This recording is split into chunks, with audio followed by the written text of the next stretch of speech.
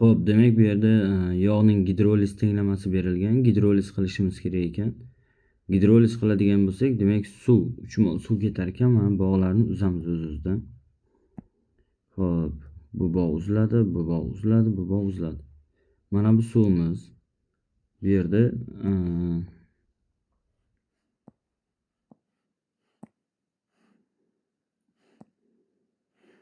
suvimiz o'z navbatida demak H va OH guruhiga ajratib berilgan. Kattaroq yozamiz. Shunda H boradida mana bu kislorodga birikadi. OH borib har bitta uglerodga bittadan OH, har bitta kislorodga bittadan vodorod borib birikadi. Va hosil bo'ladigan mahsulotimiz shunda SH2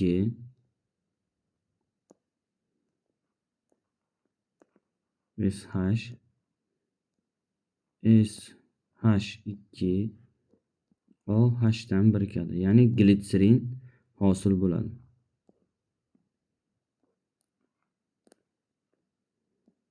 Plus endi bu yerda radikallarga e'tibor beradigan bo'lsangizlar, radikal 1, radikal 3 qo'yilgan.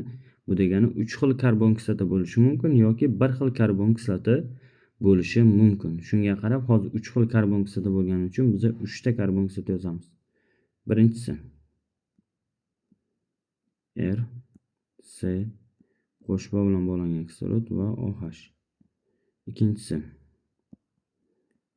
R1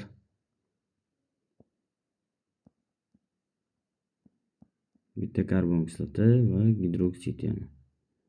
Uchinchisi, uchinchi holat bo'yicha R2 karboksil kislorod birikadi va OH. 3 xil karbon kislota chiqarishi mumkin yoki bo'lmasa bitta karbon kislotani o'zini ham bergan bo'lishi mumkin. Ya'ni o'zi yog' deb bizlar aytamiz.